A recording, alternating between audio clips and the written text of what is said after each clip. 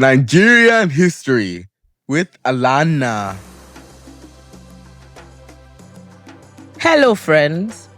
In this episode of Nigerian History with Alana, we are going back in time to learn about a slave boy who became a king. Can you guess who it is? King Jaja of Opobo. King Jaja was a powerful merchant king who rose from being a slave boy to founding the Opobo city-state. Opobo is currently a town in Rivers State, Nigeria. Let me tell you the story. Once upon a time, around the year 1821, which is over 200 years ago, a boy called Mbanaso Ozurumba was born in the eastern part of Nigeria. Mbanaso was about 12 years old when slave traders captured and took him away from his home. He ended up in a place called Bonny Island. Mbanaso was renamed Jubo Juboga, or Jojo, by his first master.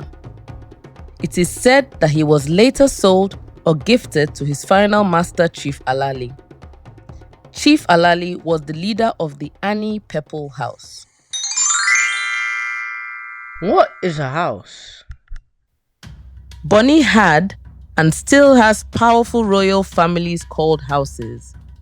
Back then, these houses were a bit like big teams or clans, made up of relatives, workers, and followers. Each house helped run the kingdom and traded with people from other places. People in the Ani People House were known as royal merchants. This means they were also involved in buying and selling goods like palm oil with traders who came from other countries like the United Kingdom by ship. Now back to our story. Jubo Juboga became known as Jaja.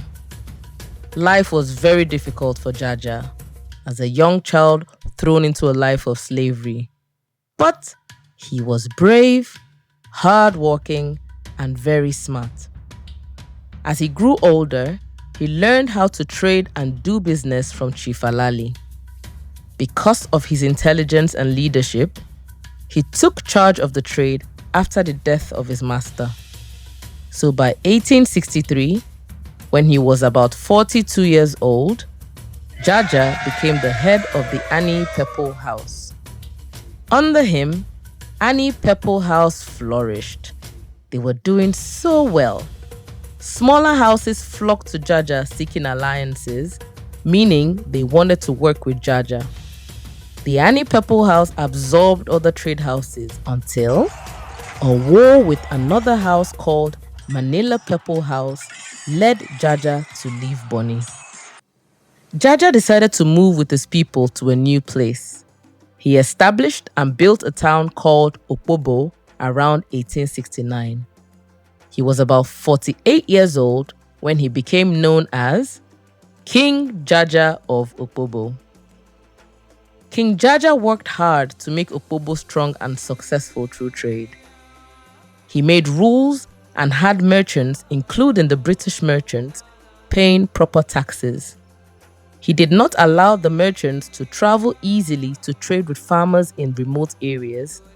Instead, using large canoes on the Imo and Kwaibo River, Jaja's people transported palm oil from the farmers to Opobo traders, who then sold the palm oil directly to merchants and companies in Europe. By doing this, Jaja stood up for his people and made sure that they stayed in control of their own business and trade. Opobo became the largest European trading hub on the West African coast. This made the British merchants very unhappy because they wanted to trade freely without paying taxes. In 1887, when Jaja was about 66 years old, a British consul, Harry Johnston, tricked Jaja to a meeting on a ship. He promised him safety, but when Jaja got on, Harry threatened to attack Opobo if he did not surrender. Jaja loved his people, so he surrendered. Jaja was arrested for refusing to stop his strict trading practices. He was taken to Accra and was tried in a court there. Jaja was found guilty. His punishment was banishment. He was sent far, far away from his people. He was taken to the British West Indies. He eventually spent most of his exile in St. Vincent and was later moved to another country, Barbados. His presence in the West Indies was set to cause protests, as the people of African descent in Barbados were upset at the poor treatment of a king from their homeland. 4 years later, Jaja was allowed to return to Opobo, but died from an illness, allegedly, on the journey back to his kingdom. Today, King Jaja of Opobo is remembered as a great Nigerian leader who rose from a difficult childhood to become a powerful king.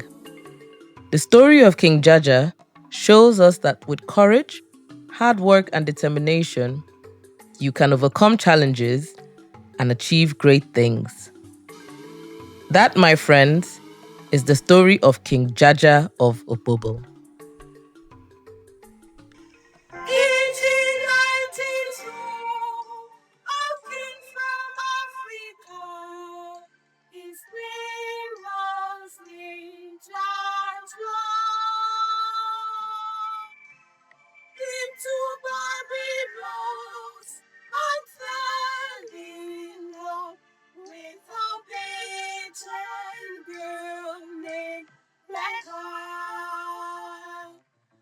King Jaja, let me alone.